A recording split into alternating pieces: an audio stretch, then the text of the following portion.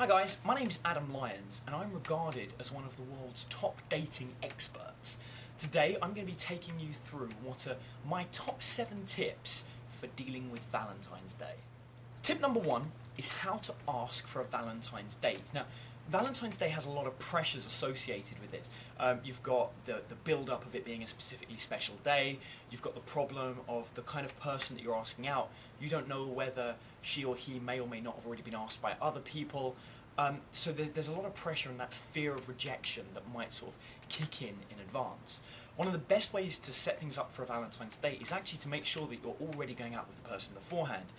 One of the key things when you're going on a date with anybody is to make sure that the first date you go on doesn't have a lot of pressure. And if you're making sure that the very first date you go on is Valentine's Day, then you're going to be struggling because you're going to build up so much investment into that whole idea.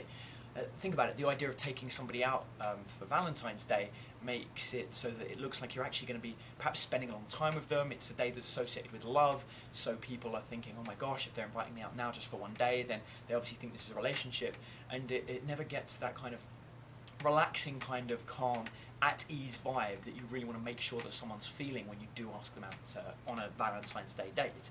So in an ideal world, what you do is actually start hanging around the person that you're looking to take out in advance.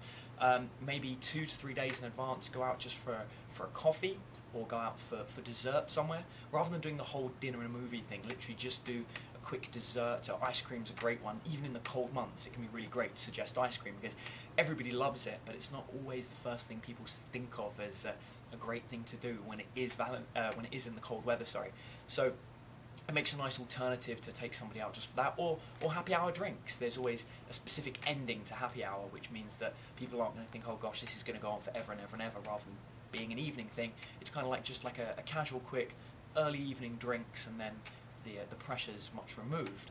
Tip number 2 is, what should you do on Valentine's Day if you've already been with your partner for a number of years?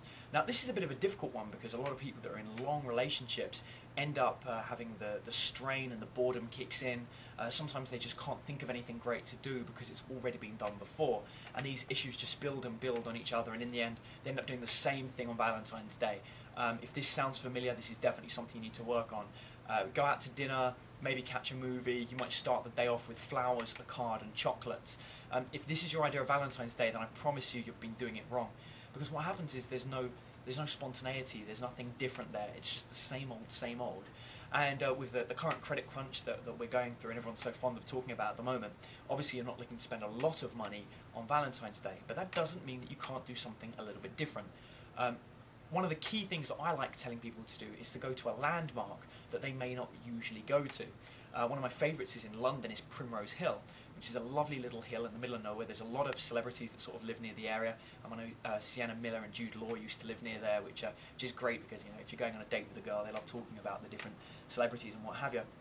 What's really nice about Primrose Hill is it's got this beautiful view of all of Regent Park, which really does stand out, and it makes it a really nice romantic location.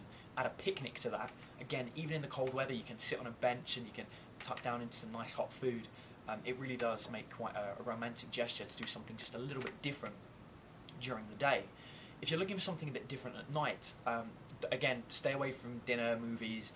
Try not to go to a nightclub. It's really been done.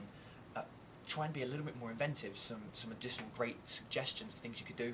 A comedy club, if you haven't been to one of those, they're great. It's something else you can do at night that isn't just normal cinema.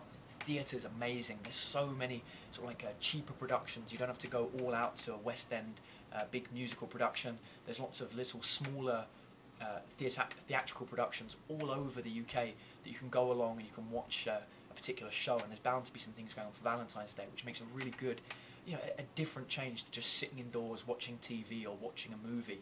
It's all about being that little bit more inventive. One of the things that I did recently, which got me a lot of brownie points, and I strongly suggest that you do the same, is I went out to the supermarket first thing in the morning and I bought 6 little mini chocolate eggs. There was like a cream egg, and there was like a caramel egg, and there was a whole bunch of different chocolate eggs. And what I did was, when I came home, I hid 5 of them around the house with a note attached, and what I did is I created a treasure hunt. Gently woke up my girlfriend, because I woke up before her, and then woke her up with a note and one of the eggs, and I told her to go and find the others. And she ran around the house on this massive treasure hunt, trying to find all of the different the little chocolate eggs, and she absolutely loved it. And again, this is something you typically would associate with children at Easter, but by doing it just on a random day in the middle of nowhere, she really loved it. It brought back a whole bunch of memories of when she was a child, and then afterwards we sat giggling, eating chocolate. So again, it's just about being inventive, and feel free to steal those ideas, but be a little bit more inventive and kind of think about something that would be fun and different and yet doesn't have to cost a lot of money. Tip number 3, looking for kind of like the best places to take people on a date and the kind of places that you can go that you haven't been before. And I know I always tell people, stay away from dinner and a movie, but if you are going to take somebody to dinner and you are looking for a really good dinner restaurant type place, I find that it's great, rather than going to an old favourite or doing the stereotypical Italian/French restaurant, why don't you try and find something that's a little bit different? If you check on the internet, you can find all sorts of strange restaurants that have either bizarre food choices. For example, I happen to know of an all-you-can-eat vegan place that's located in London, and it's not just any kind of vegan, it's Thai, so it's all-you-can-eat Thai vegan, which is a great little restaurant, something that not a lot of people would have been to before, and it makes a nice change to have a completely different style of food than what we'd normally eat. I also know that there's some other restaurants, again, around sort of like the southeast area, that are quite famous for being completely pitch black. It's a restaurant where all of the staff are blind, and you go in and have this experience where absolutely everything you eat you have to feel and smell, and you can't see anything because it's completely pitch black. And again, it creates a really nice environment that's just a little bit different to something that somebody else might have been used to. And I'm sure you'll find these things all over the UK. I found a great restaurant in Scotland, and it was the most incredible place because it was supposedly traditional French, but it was located in the middle of Scotland, and it was run by Scottish people, and it was this really nice mix of French and Scottish, and some of the meals were kind of like a mixture of the two, which really did just make it a complete different experience. It was something that was really good to share and spend with my girlfriend, and if we were living in the area around Valentine's Day and I was looking for a good restaurant, then that's the kind of thing I'd be looking for. So get your local magazines, get on the internet, get inventive, try and find a restaurant that you've never been before with a completely different type of cuisine. It doesn't have to be expensive, it just has to be something where you haven't ever gone before.